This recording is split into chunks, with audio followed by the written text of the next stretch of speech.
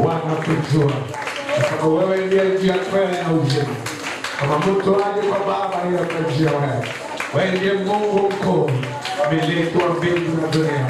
Umetamalaki Ulaya, umetamalaki Amerika, umetamalaki Asia, umetamalaki Afrika, umetamalaki Tanzania, umetamalaki Tanzania, umetamalaki Dar es Salaam, umetamalaki Mashariki ya Kati, pande zote. Wewe ni mmiliki, wewe ni mtawala mbinguni na duniani na pande za chini. Umetamalaki, umetamalaki. Hakuna kama wewe, hakuna kama wewe Baba. Katika jina la Yesu tunakushukuru kwa wema na uaminifu wako. Tunakushukuru kwa upendo wako mkuu. Tunakushukuru kwa ukuu na nguvu zako. Asante kwa sababu uko. Asante kwa sababu unaponya. Tunalibariki na kuinua jina lako. Heshima ni za kwako. Heshima ni za kwako. Heshima ni za kwako.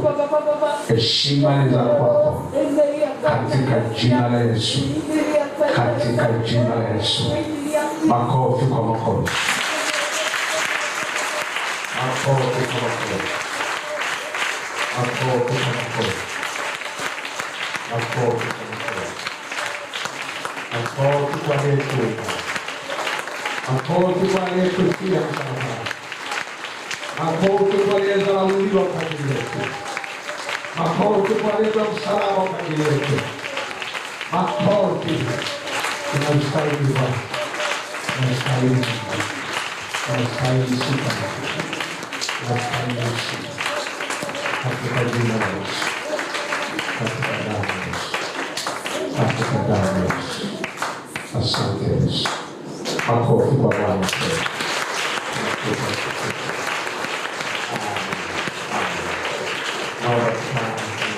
Katika ukuu wa Mungu, tukae katika uwepo wake, tukae katika uwepo wake, tukae katika utukufu wake. Kabla sijakwenda kufundisha, yuko mtu kwa watu wanataka kuokoka. Wokovu ndio muujiza mkuu, muujiza mkuu. Mbingu zinanyamaza, kazi zote mbinguni zinatulia. Mwenye dhambi mmoja anaporudi kwa Bwana. Kiwa uko hapa unahitaji Yesu, nataka uokoke, mpe Yesu maisha yako, pita mbele. Haleluya. Makofi kwa Bwana. Makofi kwa Yesu. Haleluya. Makofi kwa Yesu. Makofi kwa Yesu. Makofi kwa Yesu. Makofi kwa Yesu. Makofi kwa Yesu. Makofi kwa Yesu. Lakini bado wewe, pita mbele, nafasi hii ni ya kwako. Nafasi hii ni ya kwako. Nafasi hii ni ya kwako. Tunakusubiri wewe. Tunakusubiri wewe. Malaika mbinguni na furahi. Malaika mbinguni wanashangilia. Unapomkubali Yesu kwa Bwana na Mwokozi wa maisha yako. Haleluya, haleluya. Haleluya, haleluya. Amehitaji grace. Niliambia jana nataka kuokoka. Grace kwa. Grace kwa. Grace kwa.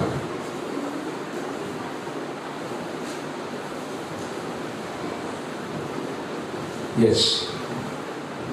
Mungu awabariki sana. Mungu amejua mikono yenu juu. Umetoa uamuzi wa msingi wa busara kwenye maisha yenu. Umetoa jambo la muhimu kwenye maisha yenu. Semeni Bwana Yesu. Bwana Yesu. Bwana Yesu. Niko mbele zako mchana wa leo. Mimi ni mwenye dhambi. Unisamehe. Unisamehe. Unirehemu dhambi zangu na uovu wako. Nakupa maisha yako. Nakupa maisha yako. Nakupa maisha yako. Siku zote za maisha yako uwe Bwana na Mwokozi wako. Asante Yesu kwa kunisamehe na kunikubali kuwa mtoto wako. Uliandike jina lako kwenye kitabu chako cha uzima, nikawe miongoni mwa watakatifu walioandaliwa siku ile jina langu likatajwa kwenye kitabu chako. Asante Yesu, asante Yesu kwa kunisamehe kwa jina la Yesu. Baba, katika jina la Yesu ninakushukuru. Ninakushukuru kwa sababu hakuna aweze kuja kwako asipovutwa na wewe. Ninakushukuru kwa vitu vile ambavyo ametoa maisha yake kwako. Uwe Bwana na Mwokozi wa maisha yake. Namkabidhi mikononi mwako Bwana. Maisha yake nakabidhi kwako. Tawala, mwongoze, mshauri, mfundishe kwa jina la Yesu Kristo. Ninamuunganisha na kiti cha Yesu, ninamuunganisha na madhabahu yako, na jina lake likatajwe, na wale malaika Roho watumikao wakaachiwe sasa kwenye maisha yao. Watenge na watu wabaya, watenge na giza, nuru ikawaangazie kwa jina la Yesu Kristo. Amen. Amen. Amen. Amen. Mungu awabariki sana. Mungu awabariki sana. Makofi kwa Bwana kwa ajili yako. Haleluya, haleluya. Haleluya, haleluya.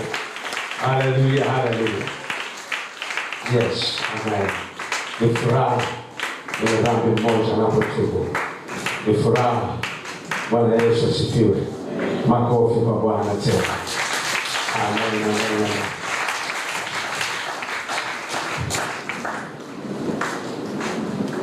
Sasa shika Biblia yako na notebook yako.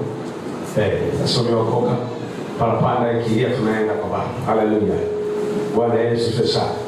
Bwana asifiwe sana. Parapanda ikilia tunaenda. Amen. Ni wale tu waliomkiri Yesu kwa Bwana na Mwokozi wa maisha yao. Hao ndio ambao parapanda Yesu ikilia watanyakuliwa. Amen. Sasa nataka tujifunze. Mchongo anasema kwa nini Mungu hutupitisha njia ndefu ili kuelekea mafanikio, uponyaji, utumishi uliotukuka. Kwa nini Mungu hutupitisha njia ndefu? Kwa nini Mungu hutupitisha njia ndefu? Kwa nini Mungu hutupitisha njia ndefu? Ili kuelekea mafanikio, uponyaji, utumishi uliotukuka. Kwa nini Mungu anaruhusu akupitishe njia ndefu? Ili kuelekea mafanikio yako. Mwawahi kujiuliza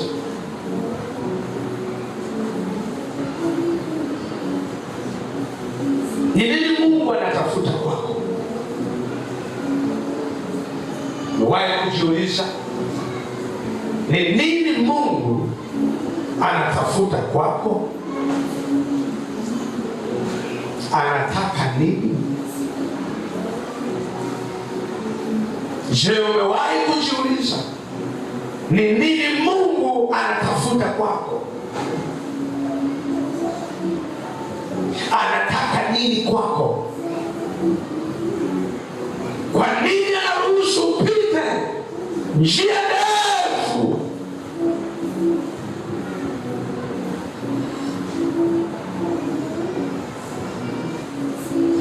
Njia iliyojaa mashimo, njia yenye miba, njia yenye wanyama wakali, njia yenye baridi, ili uelekee hatima yako, ili uelekee mafanikio yako. Kwa nini?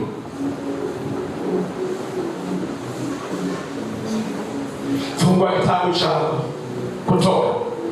Kutoka sura 12. Kutoka sura 12. Sura 13, sorry. Kutoka sura 13. Kutoka sura ya 13. Kutoka sura ya 13. Kutoka sura ya 13. Kutoka sura ya 13. Kwa nini Mungu anaruhusu? Kwa nini Mungu anaruhusu Kwa nini Mungu anaruhusu upite ulikopita? Upite unakopita. Kwa nini Mungu anaruhusu? Kwa nini Mungu anatafuta nini kwako? Ataruhusu upite unakopita.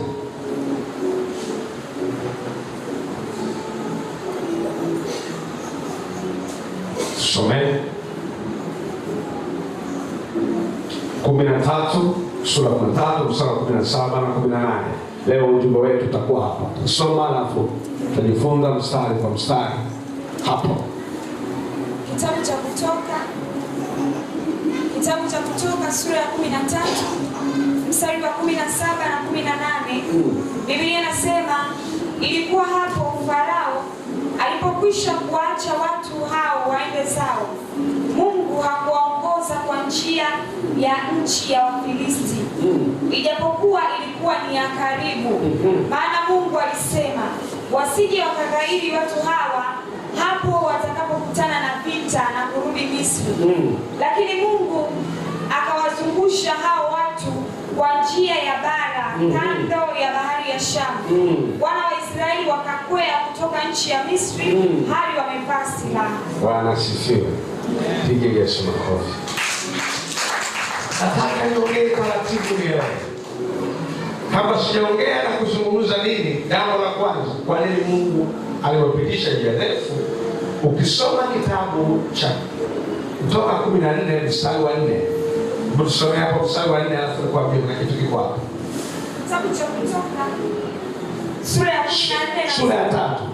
Sura ya 3. 14:3. Sorry, 14:3. Sura ya 14 na mstari wa 3. Biblia inasema, naye Farao atasema katika bahari za wana Israeli, wametatanishwa katika nchi ile, jangwa imewazuia wasitoke. Bwana asifiwe. Bwana asifiwe. Mungu ana jambo lake. Njia ilikuwa ni fupi ya kwenda Kanaani. Amen. Lakini Mungu anawazungusha njia ndefu.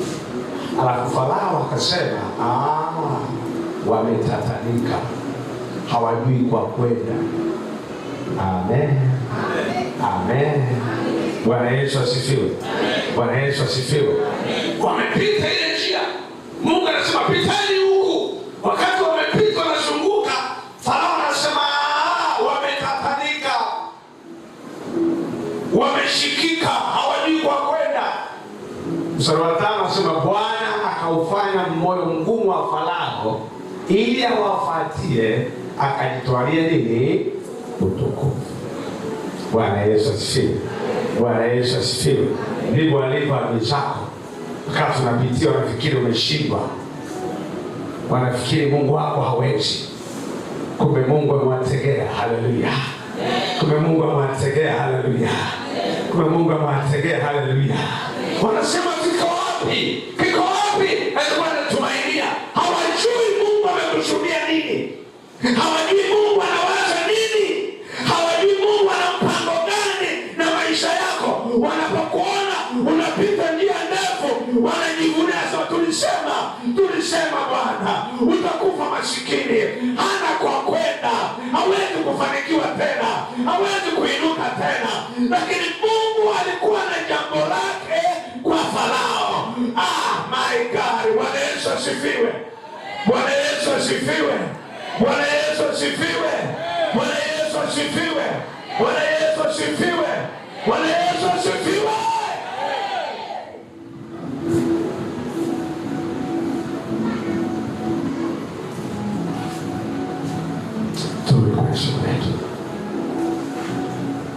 Anasema, Biblia yangu inasema Farao alipokwisha waachia waende, Mungu hakuwaongoza kufuata njia ipitayo katika nchi ya Wafilisti, ingawa njia hiyo ilikuwa ni fupi.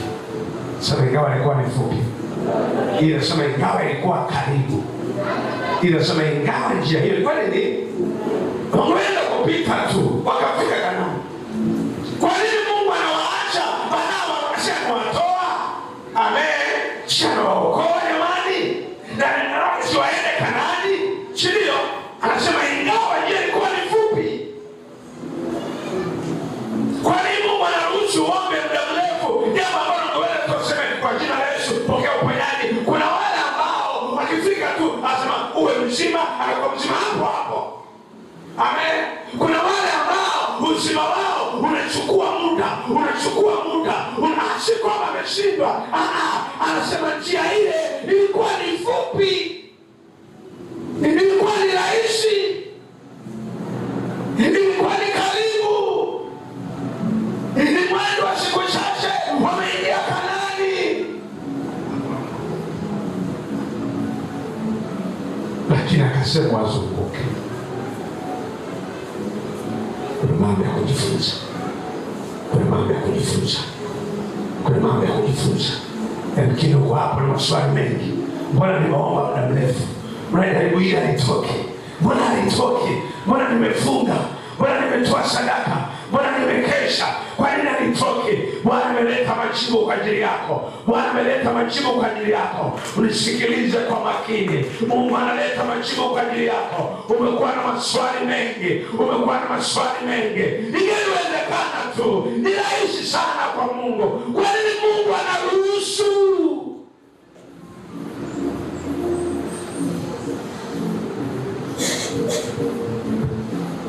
Kwa nini Mungu anaruhusu? Ingawa ilikuwa ni fupi zaidi, kwa maana Mungu alisema, Mungu alisema wakikabiliana na vita wanaweza kubadili mawazo yao na kurudi wapi?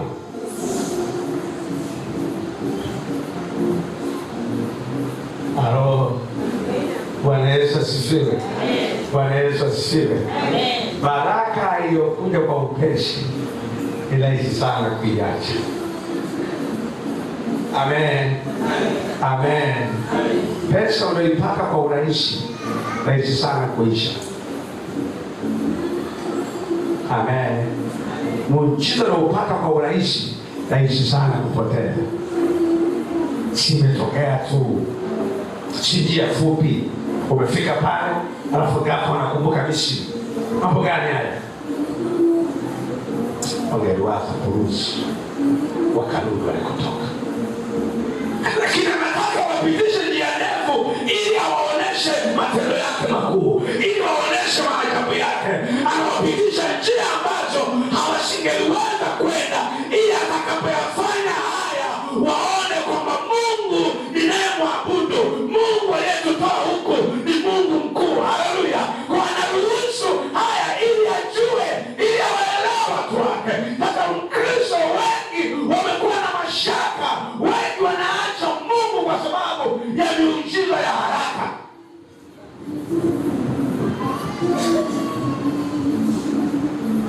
Bwana Yesu asifiwe. Bwana Yesu asifiwe.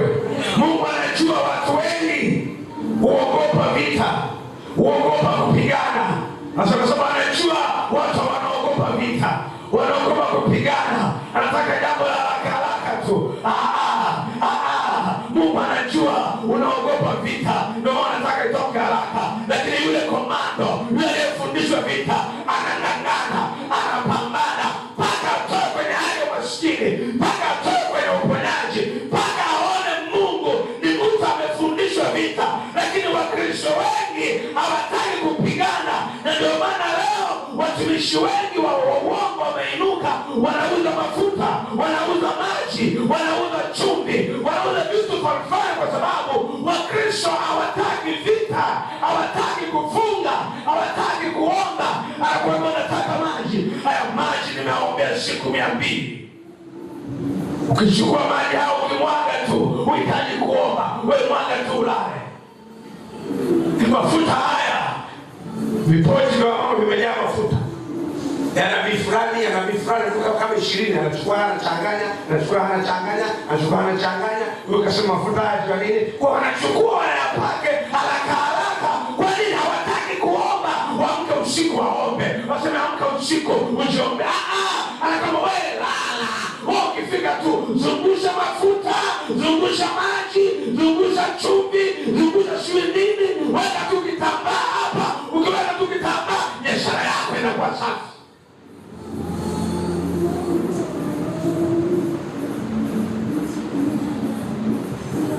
Bwana sifiwe. Bwana sifiwe. Bwana sifiwe. Ndio maana hawadumu mahali pamoja. Wakisikia nabii ametokea huku, huyu nabii anakuambia anapuliza tu anaanguka, watu wanakimbia. Wanapuliza. Akisikia huku, watu wanakimbia. Kwa nini? Kwa sababu hawataki vita, hawataki kung'ang'ana. Wanataka nimuone Mungu, nataka nimsikie Mungu. Mungu amesema niite, na mimi nataka nimuite kwa sababu yeye ni Baba. Akaya ng'ang'ane, hawataki. Sasa Mungu anaandaa hawa, anajua hawataki vita. Kwa hiyo wapite njia ndefu. Jina la Bwana libarikiwe. Bwana Yesu asifiwe. Mungu anajua ukipata kwa upesi uwezi kutunza kile alichokupa. Sasa hebu soma kitabu cha Pangeni. Watu wamepata vitu kwa urahisi, walifanya nini? Fungua Kumbukumbu la Torati sura ya 32 mstari wa 15. Kitabu cha Kumbukumbu la Torati sura ya 32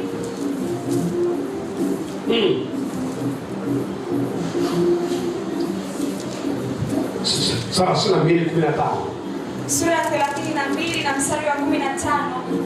Biblia inasema, lakini Yeshuruni alinenepa, akapiga teke, umenenepa, umekuwa mnene, umewanda.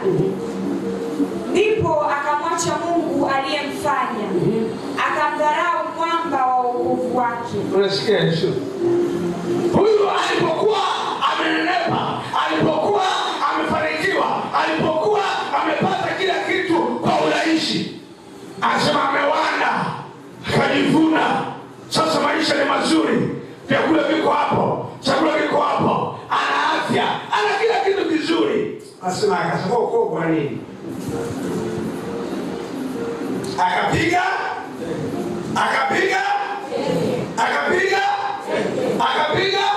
asema akamsahau mwamba wa wokovu wake. Kwa nini? Alipata kwa urahisi. Kwa nini? Alipata bila jasho. Kwa nini? Hakuchukua goti, alipowekewa tu akapona. Sasa amepona, anakumbuka matango mwitu, asema akamuacha Mungu wa wokovu wake. Wengi wanaoacha Mungu ni wale ambao matendo ya Mungu wameyapata kwa ghafla, wameyapata kwa haraka. Na ndio maana wengi Mungu hutupitisha njia ndefu. Nakwambia faida kule njia ndefu.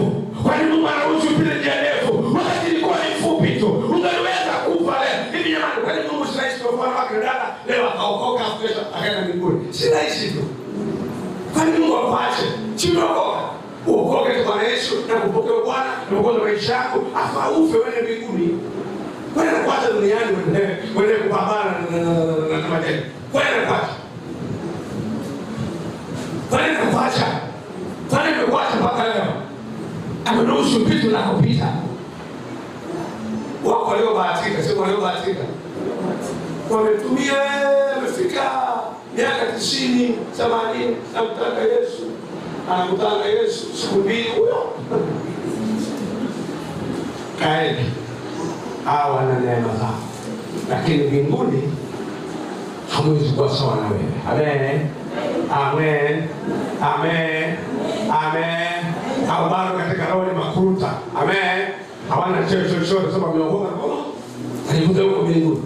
Lakini wao uliyekaa miezi 5, wao uliyekaa miaka 6, wao uliyekaa miaka 7, wao uliyekaa miaka 10, umekutana na changamoto na hujamwacha, umekutana na shida na hujamwacha. Kwa nini anakuchukua uende? Siku ambayo umefunga siku 3 kavu, umejitakasa, uko vizuri, unatamani tu kuchukua uende kwa Baba. Unaondoka ukimaliza tu mfungo na kutana simama pale kama hujaomba. Bwana Yesu asifiwe. Bwana Yesu asifiwe. Bwana Yesu asifiwe.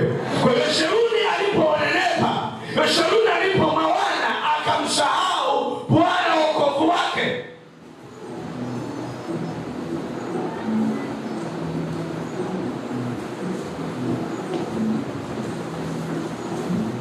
Vijana leo wataka kufanya kazi wakati kuketi.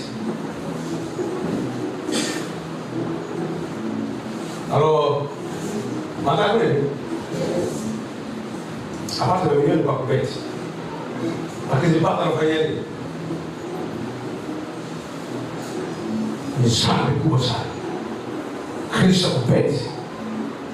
Kama vijana wako hapa, nishakemea, najua hakuna anayebeti, sio? Ni dhambi kubwa sana. Utafuta fedha kwa njia ya mkato. Unatamanisha Mungu tu. Upata milioni na mama na baba, na wenyewe wanafanya kazi hiyo. Kwa Mungu haiko hivyo. Haleluya. Mungu wetu ni Mungu wa utaratibu. Jina la Bwana libarikiwe. Mungu wetu anatupenda. Kwa turudi hapa, hawa watu walianza. Tuangalie Sauli. Sauli alipata urahisi kwa njia rahisi sana.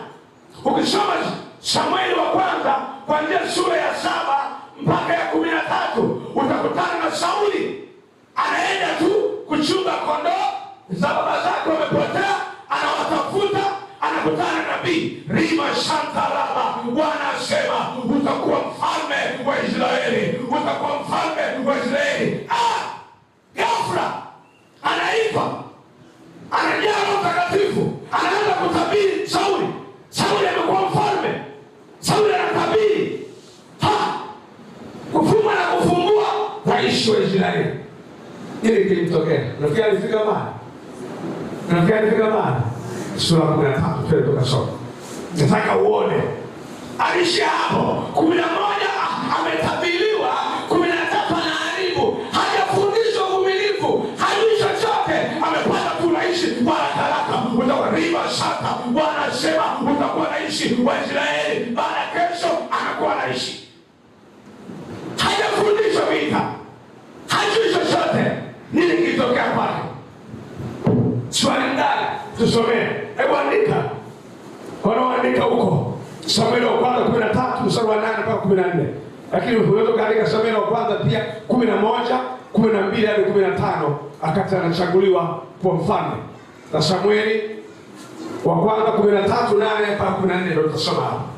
Unaweza kuandika ya kwanza Samueli wa kwanza 11 mstari wa 12 na wa 13.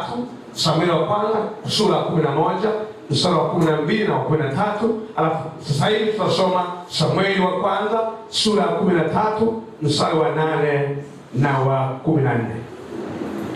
Kitabu cha Samueli wa kwanza sura ya 13 kuanzia mstari wa 8 hadi wa 14. Biblia inasema akangoja siku 7 kwa kadiri ya muhula uliowekwa na Samueli, lakini Samueli hakuja Gilgali. Na hao watu wakatawanyika mbali naye. Sauli akasema, nileteni hapa sadaka ya kuteketezwa na sadaka ya amani. Akaitoa sadaka ya kuteketezwa. Hata mara alipokwisha kuitoa hiyo sadaka ya kuteketezwa, kumbe Samueli akatokea. Naye Samueli akatoka kwenda kumlaki na naye Sauli akatoka kwenda kumlaki na kumsalimu. Samueli akasema, umefanya nini? Naye Sauli akasema, ni kwa sababu naliona ya kuwa watu wanatawanyika mbali nami, na wewe ukuja siku zile zilizonenwa, nao Wafilisti wamekusanyika pamoja huko Mikmashi. Basi nikasema, Wafilisti watanishukia sasa mpaka Gilgali, kabla sijaomba fadhili za Bwana. Kwa hiyo nalijishurutisha, nikatoa sadaka ya kuteketezwa. Naye Samueli akamwambia Sauli, umefanya upumbavu, hukuishika amri ya Mungu wako aliyokuamuru, kwa maana Bwana angalikufanya ufalme wako kuwa imara juu ya Israeli milele. Umeona? Kwa nini?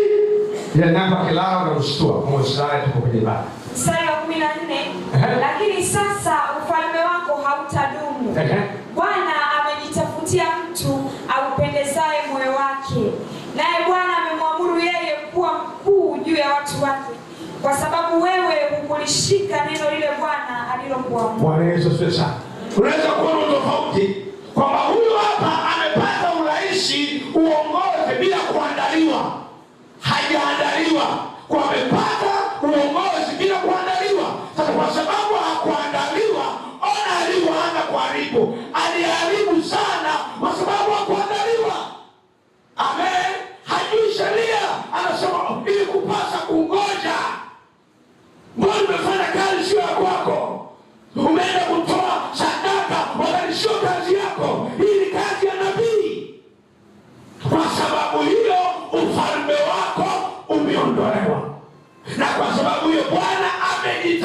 amejitafutia. Sema amejitafutia. Sema amejitafutia. Sema amejitafutia.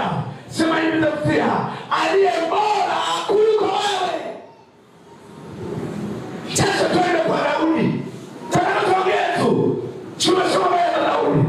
Hapo Mungu anatabiri. Ukienda sura ya 16 ndiko ambako Mungu anamwambia Samueli, nenda kwenye nyumba ya Yese ukajitwalie, maana yuko mfalme ambaye nimejichagulia. Haleluya.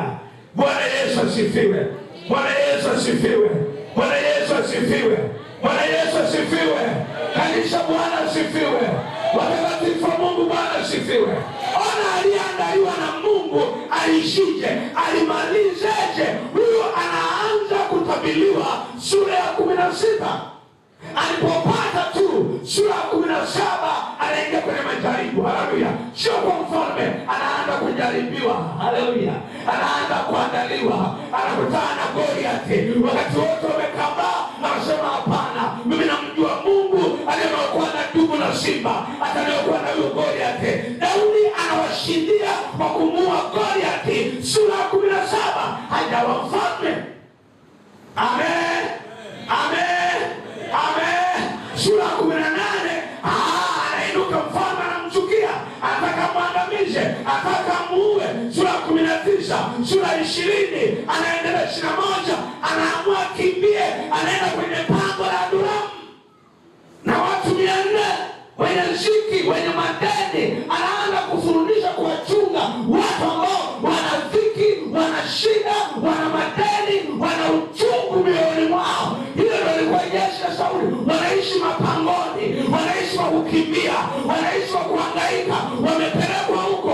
Daudi anaandaliwa moyo wa kuwa kiongozi mzuri, mwenye uwezo wa kuwapigania watu wake, mwenye uwezo wa kuongoza watu wake. Utaanza kuona sura ya 21 anaanza kutafutwa na Sauli. Amen. Amen. Amen. Amen. Amen. Amen. Daudi anaandaliwa kwa mfalme.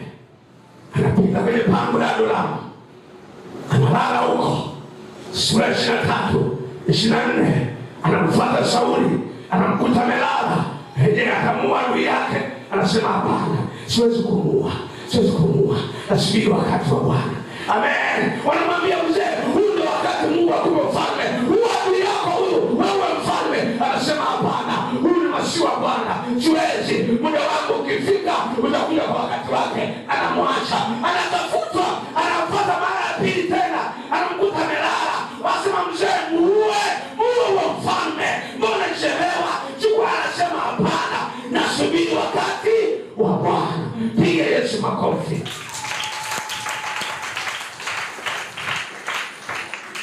Mpaka sura ya 30 Samueli wa kwanza anakutana na watu wake wamechukuliwa, mke wake amechukuliwa, watoto wake wamechukuliwa. Anajitia nguvu katika Bwana. Anamuuliza Bwana wafuatie, anasema wafuatie. Anaenda na wakomboa, maisha yanaendelea mpaka anakufa Sauli. Samueli wa pili anapewa kwa miaka 7 Hebron. Amen. Anakuwa Hebron mfalme. Upande huu makabila 10 Sauli na watoto wake. Makabila 2 Daudi ni mfalme. Anakaa miaka 7, anaandaliwa. Baada ya kufanya vema, ndipo Mungu anampa ufalme wote kwa makabila 12. Piga Yesu makofi. Haleluya. Angalia miaka iliyopita. Angalia miaka iliyopita. Tangu anapata mafuta ana miaka 17. Anaenda kuwa mfalme ana miaka 40. Miaka mingapi imepita hapo? Kwa nini Mungu anampisha njia ndefu wakati ndiye aliyempaka mafuta kwa mfalme? Sura 16. Mtoto miaka 17. Lakini Sauli anakuwa mfalme ana miaka 40. Ni baba mtu mzima. Sikama naongea na mtu hapa. Sikama naongea na mtu hapa. Kwa nini Mungu anampisha njia ndefu? Anamwandaa kwa mtu fulani. Sasa Daudi ni moyo wako. Hata alipokosea alitubu. Hata alipoanguka alitubu. Daudi anauliza vizuri. Haleluya. Katika ufalme wake Yesu mwana wa Daudi. Kwa nini asema Yesu mwana wa Sauli? Aliyaribu. Haleluya. Anaitwa Yesu mwana wa Daudi kwa sababu Daudi alifanya vizuri. Kwa nini? Aliandaliwa kwa muda mrefu. Aliandaliwa kwa vita, kwa majaribu, kwa matatizo, lakini yote akashinda. Na Mungu alipomkabidhi ufalme, aliwaongoza watu wake salama. Piga Yesu makofi. Haleluya.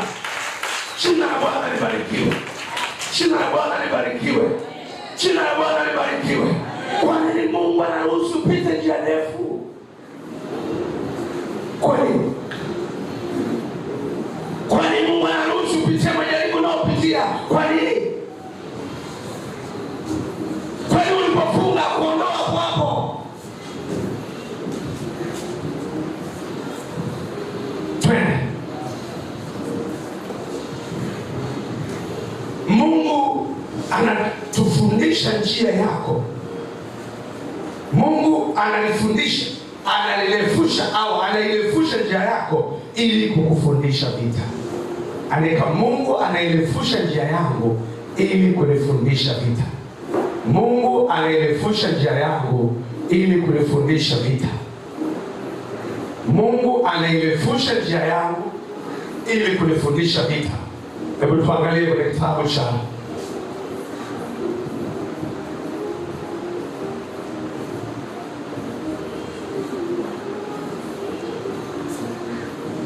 Kumbukumbu la Torati 1:2. Kumbukumbu la Torati sura ya 1 na mstari wa 2. Kumbukumbu la Torati sura ya 8 mstari wa 2 na wa 6. Tufungue wote Kumbukumbu la Torati sura ya 1 na mstari wa 2. Alafu na Kumbukumbu la Torati sura ya 8 mstari wa 2 na wa 6. Kitabu cha Kumbukumbu la Torati sura ya 2. Biblia inasema ni mwendo wa siku 11 kutoka Horebu kwa njia ya mlima wa Seiri mpaka Kadesh Barnea. Mwendo wa siku ngapi? Siku 2. Mwendo siku 11. Siku ngapi? Yaani kutoka pale walipokuwa mshipa kuingia walipokuwa siku ngapi? Lakini wakapita miaka mingapi? Miaka mingapi? Miaka mingapi? Mwendo wa siku? Mwendo wa siku 10 ngapi? Walitembea miaka mingapi?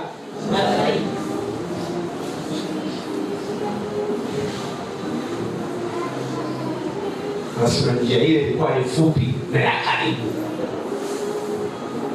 Upite kwenye maji, upite kokote, ni karibu. Mwendo wa siku 11. Lakini wanatembea miaka 40.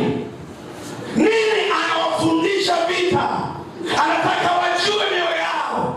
Anataka ielewe mioyo yao. Anataka fahamu mioyo yao. Je, hawa watu wamekuja kanisani, nini anatafuta? Je, ameokoka, nini anatafuta?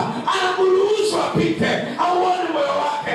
Aseme kama mieni haya, kama nimeanza kuomba, wala Mungu hajanijibu, mimi naviacha, mimi navikataa, haiwezekane. Mungu anapima, Mungu anaitazama mioyo. Samuel, Kumbukumbu la Torati 8, fungua 8. Sura ya 8. Mstari wa 2 hadi wa 6. Sikia anasema. Biblia inasema, fungua na wewe kwenye Biblia yako. Natamani ufungue. Usilale, ufungue. Wewe kusikia Mungu anachosema. Nawe utaikumbuka njia ile yote Bwana Mungu wako aliyokuongoza miaka hii 40 katika jangwa. Miaka mingapi? 40. Katika nini? Katika jangwa. Ili akutweze. Ili akutweze. Kukujaribu kuyajua yaliyo moyoni mwako. Kwamba utashika amri zake au sivyo. Bwana Yesu asifiwe. Hapo kutweza ile inasema kukunyenyekeza. Amekupitisha miaka 40 hii kukunyenyekeza na kukujaribu ili ajue lililoko moyoni mwako. Amen. Kukutweza ni kukunyenyekeza. Amen. Akakuacha. Wala hata upite unachopitia, akakutweza. Uone nini? Hebu soma, maliza kwanza. Anza mwanzo hapo, maliza mpaka mwisho. Ili usikuvuru. Sura ya 8 kuanzia mstari wa 2 hadi wa 6 Torati. Nawe utaikumbuka njia ile yote Bwana Mungu wako aliyokuongoza miaka hii 40 katika jangwa, ili akutweze kukujaribu, kuyajua yaliyo moyoni mwako, kwamba utashika amri zake au sivyo. Akakutweza, akakuacha uone njaa, akakulisha kwa mana usiyojua wewe wala baba zako hawakuijua, apate kukujulisha kuwa mwanadamu haishi kwa mkate tu, bali huishi kwa kila litokalo katika kinywa cha Bwana. Mavazi yako hayakuchakaa, wala mguu wako haukuvimba miaka hiyo 40. Nawe fikiri moyoni mwako ya kuwa kama vile baba amrudivyo mwanawe, ndivyo Bwana Mungu wako akurudivyo. Nawe usishike amri za Bwana Mungu wako, upate kwenda katika njia zake na kumcha. Bwana Yesu asifiwe. Bwana Yesu asifiwe. Unaweza kuona asa kwa nini Mungu amepisha miaka 40 akapitia njia ndefu. Lengo lake anasema inapata kuwatweza, kuwanyenyekeza na kujaribu. Alo. Kwa nini Mungu anaruhusu pitie ndio unaopitia? Kwa nini Mungu ameruhusu tatizo lako likae muda mrefu? Kwa nini Mungu ameruhusu huyo mume wako asiokoke haraka? Kwa nini? Pamoja na kumwombea mume wako na kutoa na sadaka na kuweka na mifungo, ukaweka na mfungo, unaambia wewe na kuwekea na mfungo, unapiga 40 ukitoka hapo yuko vile vile. Halo? Ukitoka hapo yuko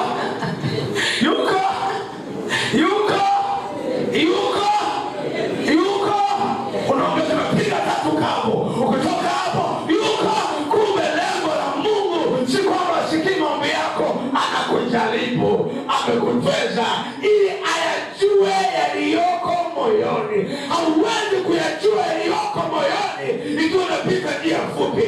Ili yajue yaliyoko moyoni lazima upite njia ndefu, njia yenye mipa, njia yenye mapokorongo, njia yenye tabu. Ukifunga na kuomba hakuna. Ukitoka hapo hakuna kodi, hakuna hela, unadaiwa. Umepiga, ukitoka hapo unadaiwa hela hapo nje. Haleluya, haleluya. Uwepo unaondoka, unakaa hivyo. Nini? Akujaribu ayajue yaliyomo moyoni mwako. Si kama naongea na mtu hapa. Mungu anatafuta yajue ndani ya shela. Unaweza kukumbuka unachopitia. Unaomba muda mrefu, lakini Mungu kuna kitu anatafuta. Ameshaanza kuona. Yesu atakata tamaa, ndiye ataniacha, ndiye atakimbia, ataenda kwa waganga. Mara nimeomba tatizo liondoke, alijaondoka. Nimeomba mwanangu apone, hajapona. Nimeomba mwanangu apone, hajapona. Mwanangu aokoke, hajaokoka. Anaangalia, anatazama. Nimeomba kazi, sipati kazi. Marafiki zangu wanapata kazi, mimi sina kazi. Nimeomba nipate uwanja, sipati. Wengine wanapata, wanajenga. Nimeomba niolewe, lakini siolewi. Kwa nini Mungu ameruhusu muda wote huu? Kwa nini? Ni ajue yaliyomo moyoni, kwamba utashika sheria zangu au la. Nipate kukufundisha mwanadamu aishi kwa mkate, anaishi kwa neno la Bwana. Haleluya, haleluya. Nipate kukufundisha kwamba ugonjwa sio chanzo cha kifo. Nipate kukukumbusha kwamba yote vile ulivyo, si kwamba wewe ni mwenye dhambi unapitia unaopitia. Hapana, Mungu ana mpango na wewe. Mungu ana ratiba na wewe. Mungu ana makusudi na wewe. Anauangalia moyo wa uvumilivu, anakufundisha uvumilivu, anakufundisha unyenyekevu. Unajua, sikiliza.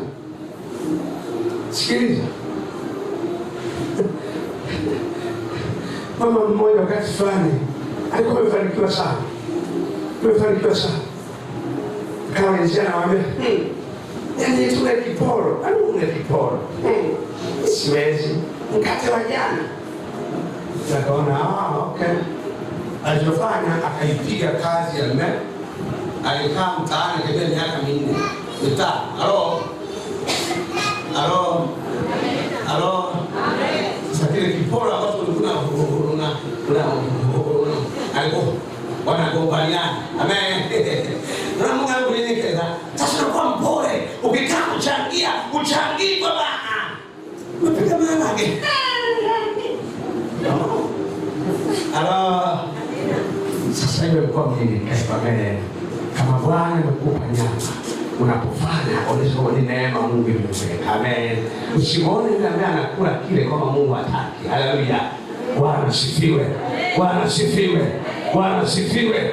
Kuna wakati Mungu anatunyenyekeza kwa sababu ya maisha tunayokuwa tunaishi, maisha ambayo tunatembea nayo. Akiona umwelewe, akiona umsikii, anaona okay Paulo, hamna shida, atanyenyekea tu.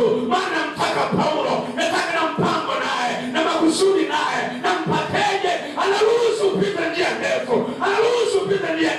ili uendelee kuwa mdogo, ili uendelee kunyenyekea, ili uendelee kuwa mvumilivu, uendelee kuvumilia, ili anapokuja kukuinua, huyo msifu yeye, huyo mtukuze yeye.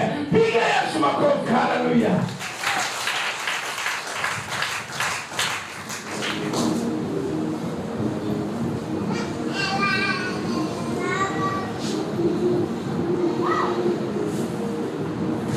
Kaangalie mchungaji aliyepitia, mahubiri yao.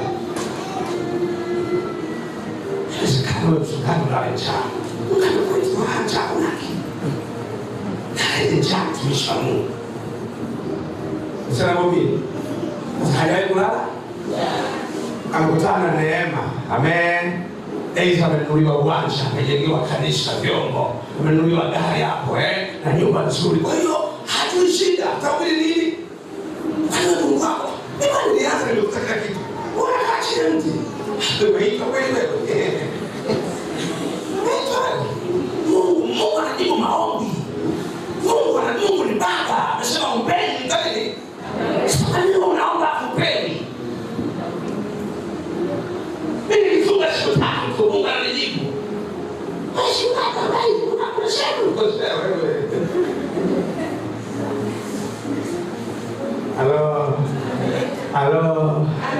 Halo.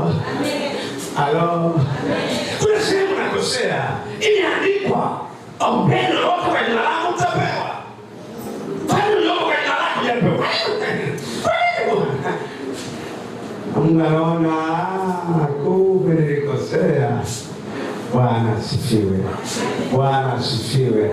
Daudi hata alipokosea alimwambia, wewe Daudi wewe unafanya nini? Umesahau nilikokutoa wewe. Umesahau mtoto kushuka kondoo wewe. Afu wewe unafanya nini wewe? Kwa kufanya nini wewe Daudi? Mimi nilikutoa umesahau kutoa Daudi. Nakumbuka Daudi mzee samehe tu mzee. Anakumbuka alikotoka. Amen. Anakumbuka wakati wa taabu. Anakumbuka Sauli alikuwa anamtafuta mume. Anakumbuka mishale wakati amemweka, alafu ghafla akafanya hivi ikapiga hapa. Haleluya. Bwana asifiwe sana. Anakumbuka akarudi kwenye magoti. Huyo aliyepitizwa muda mrefu hata akikengeuka akiambiwa ni mwepesi kurudi. Akikumbushwa tu, wewe umesahau ulikotoka. Umesahau Mungu amekutoa wapi. Anarudi kweli kabisa nisamehe. Kweli Mungu nisamehe nimekosea. Nimerudi, anarudi kwa Bwana, safari inaendelea. Haleluya. Bwana Yesu asifiwe. Lakini aliyepita njia fupi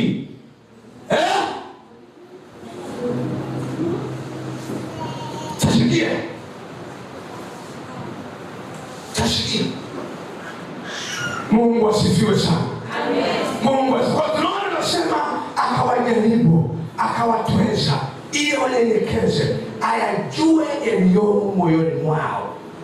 Mungu anasikiliza. Sikiliza ndugu yangu. Ili Mungu akujue. Kuna vitu anaruhusu kwenye maisha yako. Ameruhusu akujue wewe ni nani.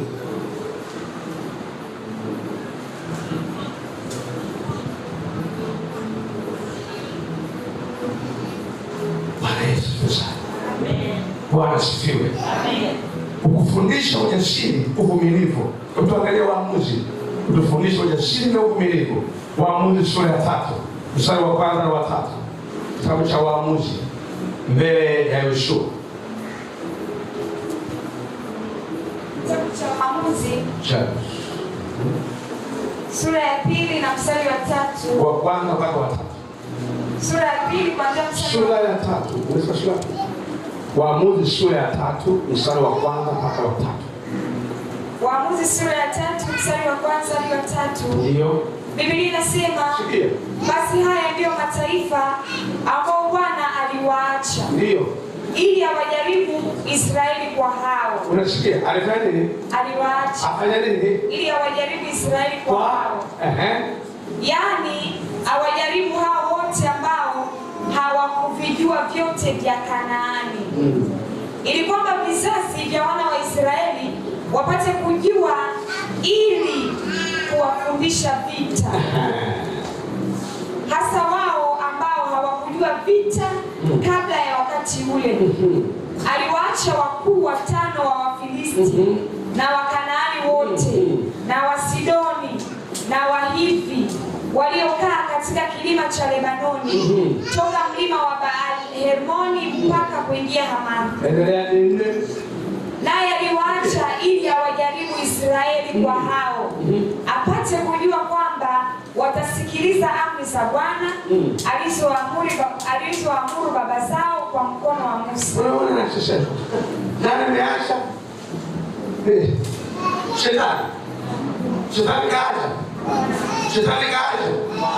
Shetani kaja. Anasema amewaacha Waamori, Wahiti, mataifa mangapi? Ili wajaribu hawa. Au nije wao watashika sheria zangu au wataacha. Kumbuka ni kizazi ambacho hawajui vita. Baba zao kina Yoshua wamekufa. Amen. Wazee waliokutana na Mungu wamekufa. Wameinuka kizazi ambacho hakimjui Mungu. Kwa akawaacha hawa awafundishe vita. Awafundishe kupigana. Awafundishe kumtumaini Bwana. Awafundishe kumuita Bwana. Wanadamu, kawaida mwanadamu anapokuwa hana jambo la kufanya aombe.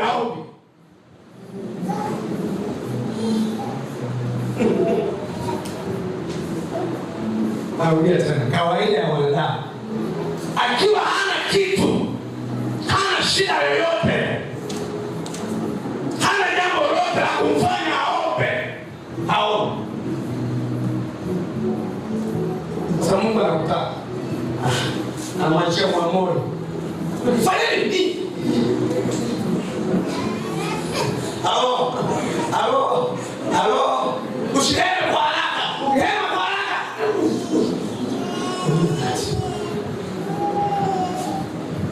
Sauli akaambiwa, neema yangu ila sina kajivu kwa mafunuo aliyo nini. Akaruhusu mjumbe wa nani? Wa Shetani akamshughulikia. Jumbe Shetani, toka pepo, anakuja. Toka pepo, anakuja. Toka kwa damu Yesu, anakuja. Kwa damu Yesu, toka. Sema akaomba siku 3 kimtoke. Bwana mwambie wewe, neema yangu inatosha. Sio kujivuna kupita mwingine. Amen. Kumbe lengo la Mungu anamnyenyekeza Paulo. Ile mwambie, wewe kama una Mungu, mbona mahali kwa maisha yako yanisumbua hapo? Hivi kama una upako afa kwa inyo kina Muamori. Unasikia tu nyuma. Kama una Mungu, mbona unakupona? Takukuza mahali pake. Bwana Yesu asifiwe. Anaruhusu upitie unaopitia. Anaruhusu upite unakopita. Unakutana na changamoto nyingi. Nini Mungu akufundisha unyenyekevu? Au uone moyo wako. Au mwili ujue moyo wa Mungu. Uone ambapo Mungu anawapenda watu wote. Wala hana upendeleo. Kwa kuna wakati Mungu anaruhusu haya ambayo yanakuwepo ili tumjue yeye. Jina la Bwana libarikiwe. Bwana Yesu asifiwe. Sio Shetani, asema Mungu akayaacha ili awaonje, ili awajue kwamba je, watatii sheria yangu au wataacha. Bwana Yesu asifiwe. Kutoka Akafanya muujiza, wanashangilia. Baada ya kushangilia kidogo, mambo yanabadilika. Kutoka 15 mstari wa 22 na 25. Mstari wa 22 na 23 kutoka sura ya 15. Mstari wa 22 mpaka 25. Biblia inasema Musa akawaongoza Israeli waende mbele kutoka bahari ya Shamu. Nao wakatokea kwa jangwa la Shuri. Wakaenda safari ya siku 3 jangwani wasione maji. Wasione nini? Maji. Siku ngapi? 3. Walipofika mahali palipoitwa Mara, hawakupata kuyanywa yale maji ya Mara, kwa kuwa ilikuwa machungu. Kwa ajili ya hayo jina lake likaitwa Mara. Ndipo wakamnung'unikia Musa wakisema, tunywe nini? Naye akamlilia Bwana.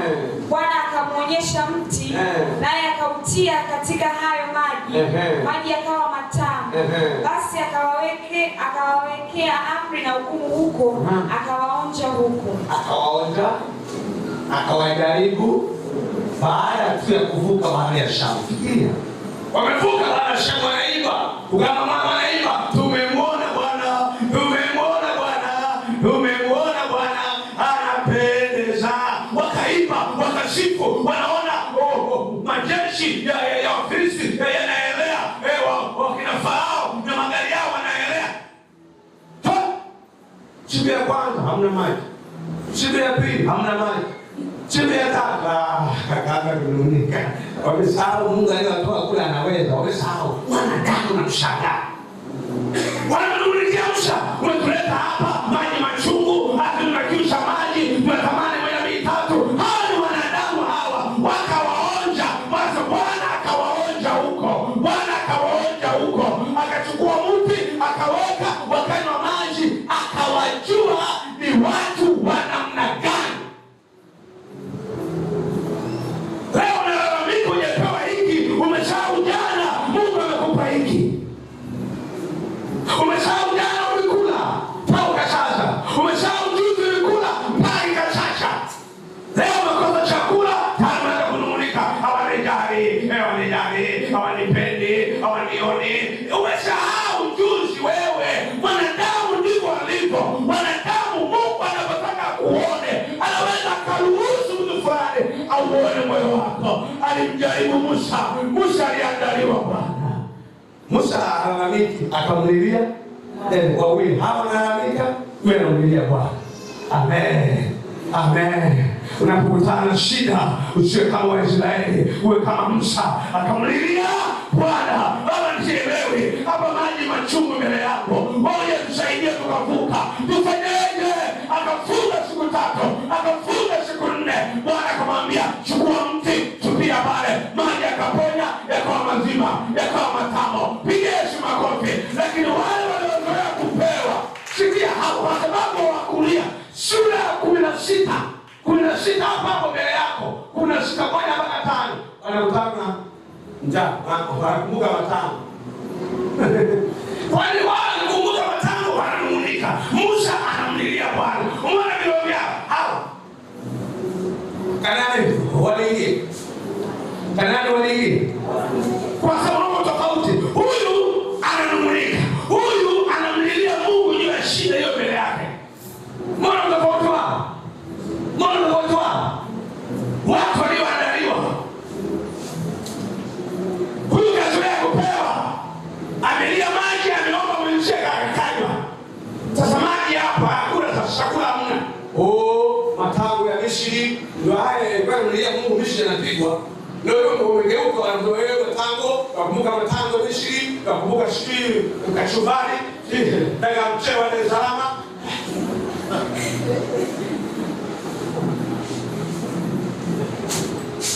Halo. Alafu Musa asema, Mungu watu hawa wakanipiga mawe. Usifanye haraka, akamlilia Bwana akamwambia, kesho majira kama haya watakula chakula, nyama na mkate. Sema amina.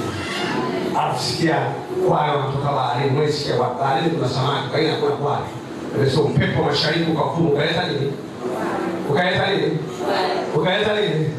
Huyo ndio Mungu wa maajabu. Piga Yesu makofi. Hasemi samaki wakaja, ingelikuwa upepo umevuma na samaki yametoka yakaanguka huku. Upepo wa mashariki unavuka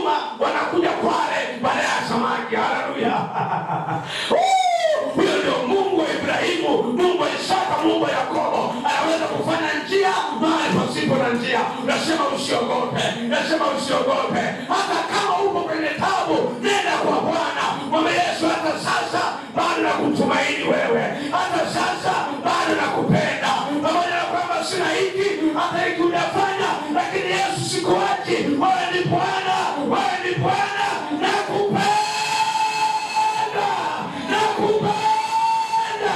Wewe ni Mungu mzuri, wewe ni Baba mzuri. Unamaliza kumaliza maombi, nyumbani hakuna chakula. Unamaliza maombi, mgonjwa anaendelea kuumwa. Unasema najua unaweza kuniponya. Ugonjwa ni nini kwako? Chakula ni nini kwako? Wewe ni Baba, sitakuacha. Hawa ndio Mungu ambao anawatendeaga makubwa na ya ajabu, na mwisho wa siku wakauone uzima wa milele. Amen. Bwana Yesu asifiwe. Bwana Yesu asifiwe. Bwana Yesu asifiwe. Bwana Yesu asifiwe. Bwana Yesu asifiwe. Angalia njia yake Yesu ilikuwaje kuingia mbinguni. Angalia njia ya Yohana ilikuwaje kuingia mbinguni. Angalia njia ya mitume wa Yesu ilikuwaje kuingia mbinguni. Haikuwa rahisi. Baada ya kulala kaamka kufa. Si ndio ile kaka? Kwani mpaka wale wakati wa ngozi ndio wafe? Kwani mpaka apigwe msumari ndio wafe? Alo, kuna kitu alikuwa anatengeneza katika mwili wa Kristo. Pigie Yesu makofi. Akawaona Bartimayo alichuna ngozi, alichuna ngozi nzima ya kupigwa fimbo. Alikamata akachuma ngozi nzima, damu wamekinga. Watoto wake wawili wa kike na mke wake wanakunywa damu yake.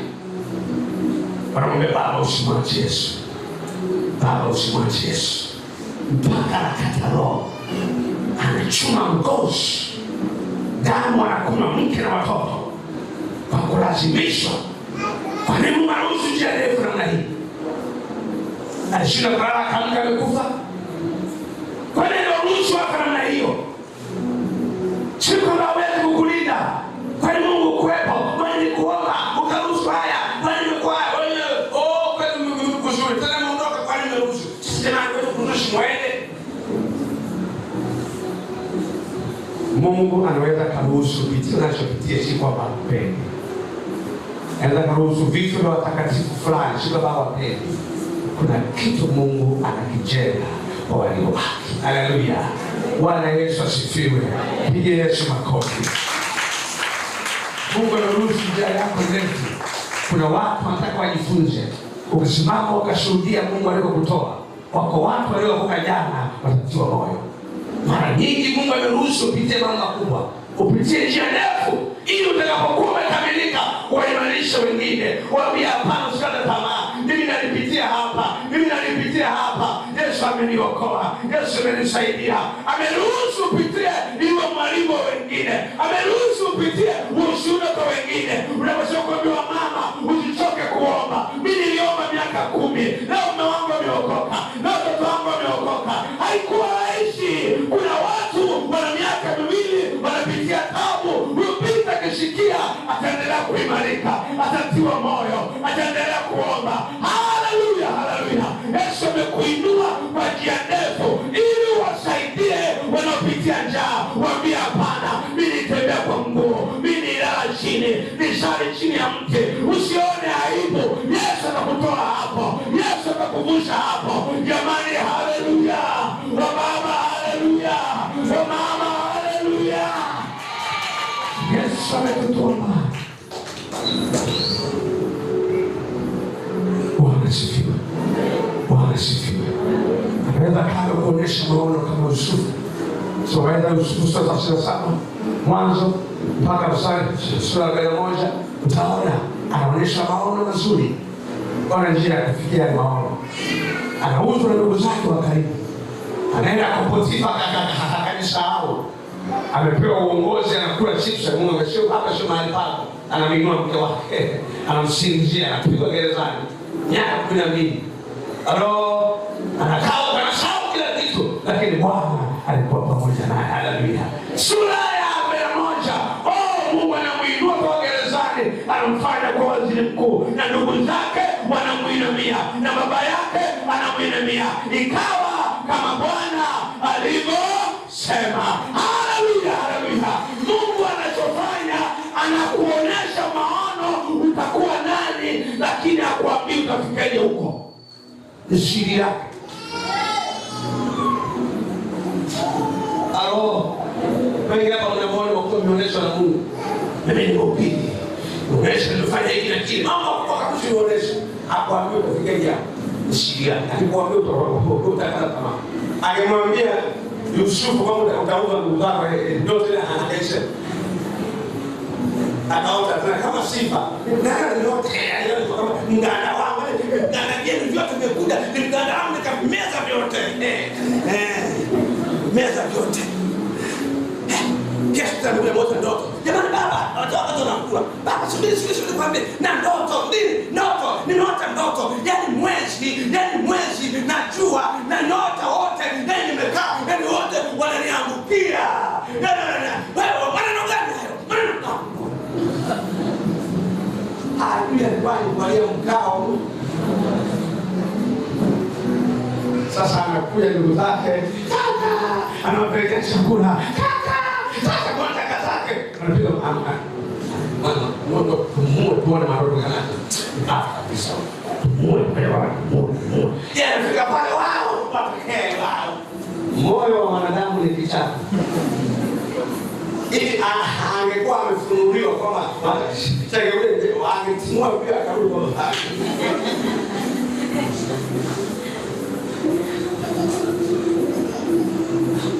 Wanaweza sikia.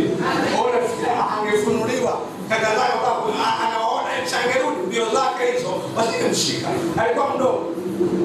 Baada ya karibu huko ameshamfanyia kumuuza. Bwana Yesu asifiwe. Anaruhusu apite njia ndefu ya kuuzwa.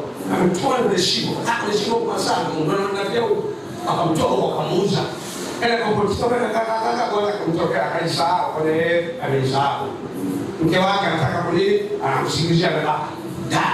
Miaka 12 mkagereza. Bwana sasa.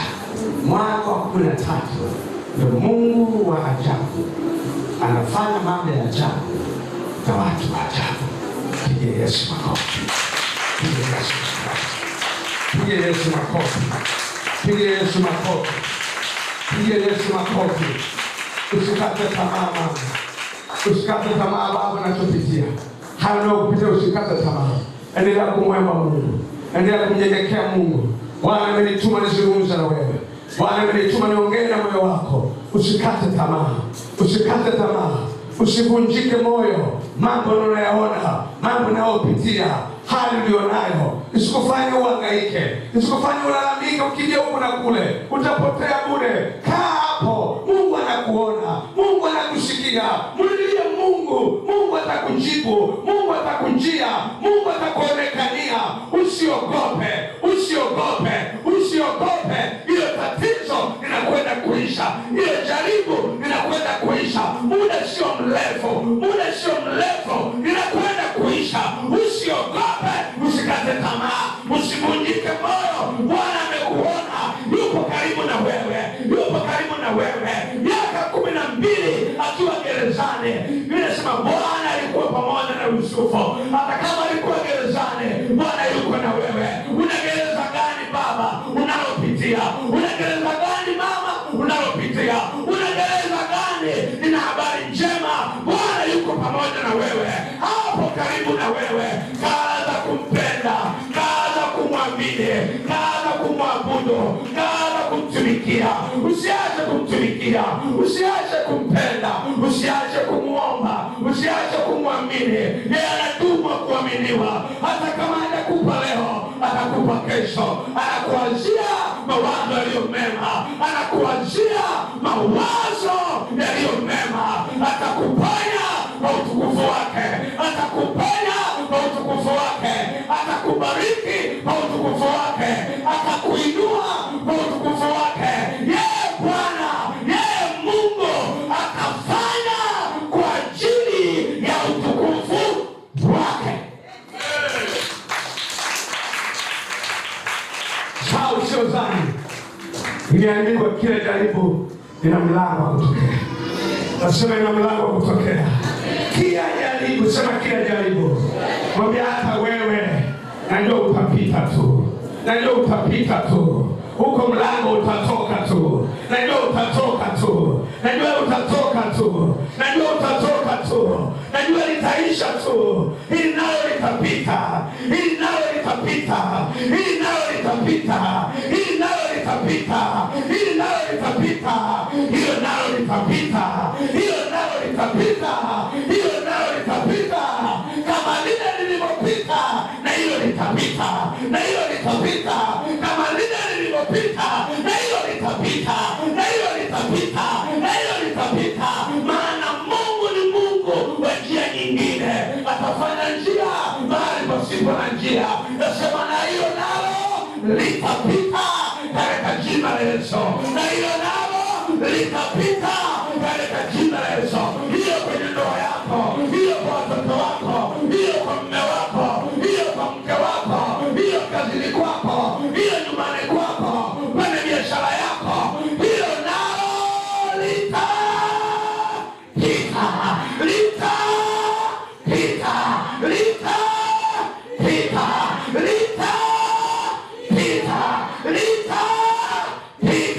Litapita. Kwa jina la Yesu.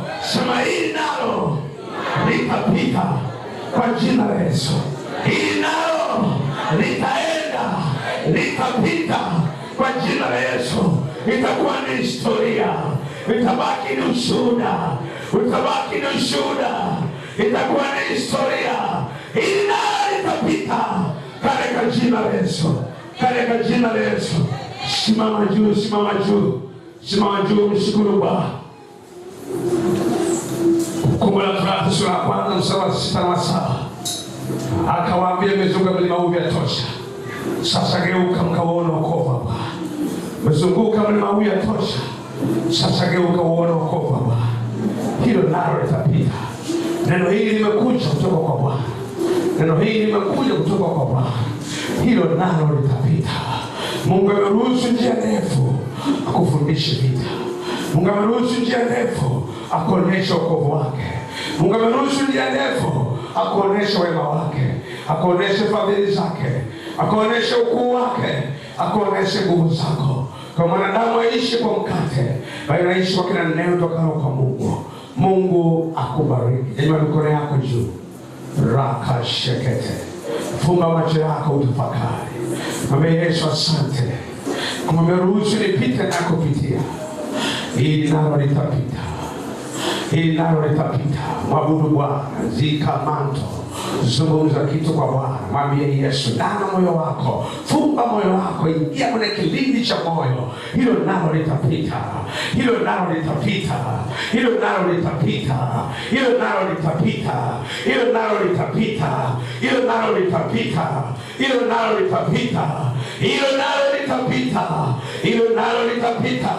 Mwambie asante Bwana Yesu. Najua na hili nalo litapita. Najua na hili Mungu litapita. Na hapa utanivusha. Maana umeandaa mlango wa kutokea. Umeandaa mlango wa kutokea. Umeandaa mlango wa kutokea. Wewe ni Mungu wa njia nyingine. Wewe ni Mungu wa njia nyingine. Umeandaa njia ya kutokea. Ili nalo kwenye familia yangu litapita. Ili nalo kwenye maisha yangu litapita. Ikiwa ni mwanafunzi, hilo nalo litapita. Utavuka, utamaliza. Ikiwa ni kazini kwako, hilo nalo litapita.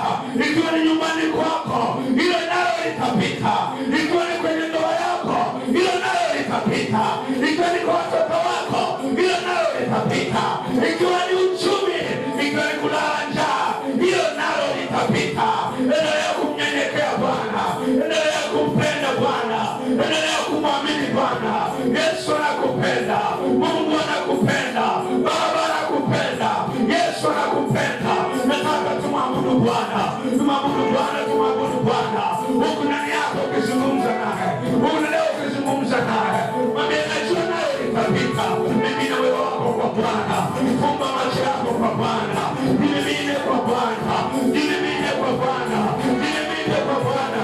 Anasema umezunguka umezunguka na maombi ya tosha, umezunguka na maombi ya tosha. Yeye ni mwaminifu, ametamalaki duniani kote, ametamalaki duniani kote.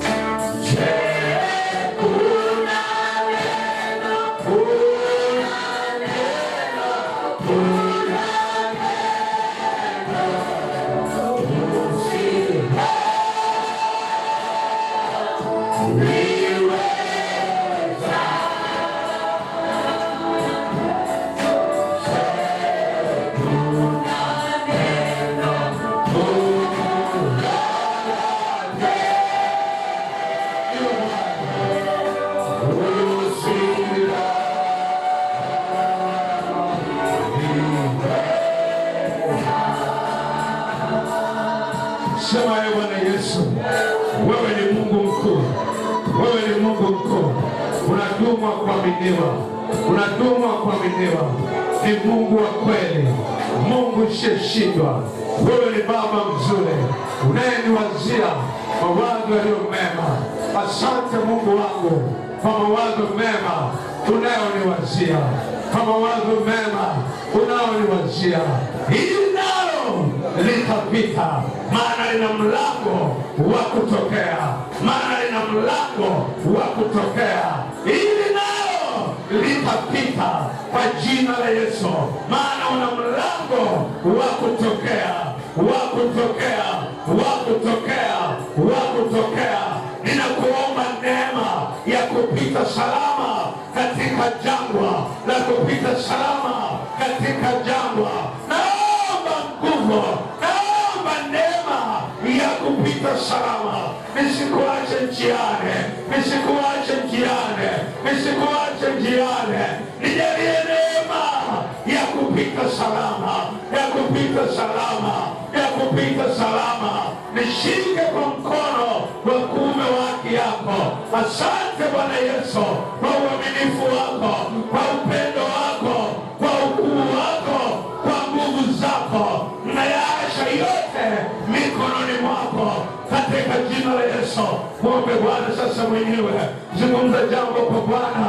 Unasikia kusema kwa Bwana kitu, kusema kwa Bwana kitu, unaweza kusema kitu kwa Bwana. Mwambie Mungu jambo, zungumza na Bwana jambo. Mwambie Bwana, nakushukuru, asante kwa maana nimejua nimekuwa ni mtu kulalamika, unisamehe. Nimekuwa mtu kunung'unika, unisamehe. Kwa nini Bwana umefanya hivi? Bwana Mungu nijibu hapa. Mungu ananiandaa, Mungu ananiwazia mema. Mungu ninakushukuru kwa kunipa majibu. Mungu ninakushukuru kwa kunipa majibu. Nakushukuru Bwana. Asante Roho Mtakatifu kwa uaminifu wako. Mwambie Bwana asante. Mwambie Bwana asante. Mwambie Bwana asante. Mwambie Bwana asante. Mwambie Bwana asante. Mwambie Bwana asante. Mwambie Bwana asante. Mwambie Bwana asante. Asante Yesu, kwa maana na inalo litapita, kwenye ndoa lako litapita, kwa mume wako litapita, watoto wako litapita, kazini kwako litapita, nyumbani kwako litapita, hili nalo litapita, maana uko pamoja nami, maana uko pamoja nami, maana uko pamoja nami. Asante Bwana Yesu, asante Bwana Yesu, kwa baba huyo, kwa mama huyo, kwa kijana huyo. Yesu nakushukuru, Yesu nakuinua, maana hili nalo litapita. Uko mlango wa kutokea, uko mlango wa kutokea, uko mlango wa kutokea, uko mlango wa kutokea katika jina la Yesu. Aliye kwenye fundisho, Bwana ukamfundishe, Bwana ukampe kustahimili, Bwana ukampe kustahimili, Bwana ukampe kustahimili. Aliyekwisha maliza mtihani, ukamjalie neema ya kutoka salama, ya kuvuka salama katika jina la Yesu, katika jina la Yesu, katika jina la Yesu, katika damu ya Yesu, kwa damu ya Yesu Kristo. Asante mwaminifu na wa haki, asante Mungu wa neema, asante Mungu wa baraka, katika jina la Yesu, katika damu ya Yesu. Piga Yesu makofi tukufu. Wakati umesimama, nachukua nafasi nyingine tena, lakini Bwana nataka kuokoka. Nataka umpe Yesu maisha. Mkiri Yesu kwa kinywa chako kwa Bwana kuokoza maisha yako. Huu ni wakati mwingine tena. Karamashite mosika. Mando romo sekete. Baba nakushukuru kwa ajili ya ujumbe. Asante kwa ibada nzuri ambayo Bwana umekuwa katikati yetu. Nakushukuru kwa kila nafsi iliyosikia maneno haya. Walioko mbali, walioko karibu.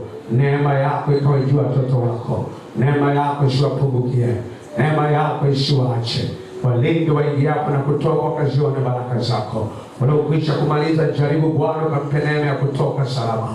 Aliye katika jaribu ukimfundisha, Mungu mpe neema kustahimili. Mpe neema kustahimili katika jina la Yesu.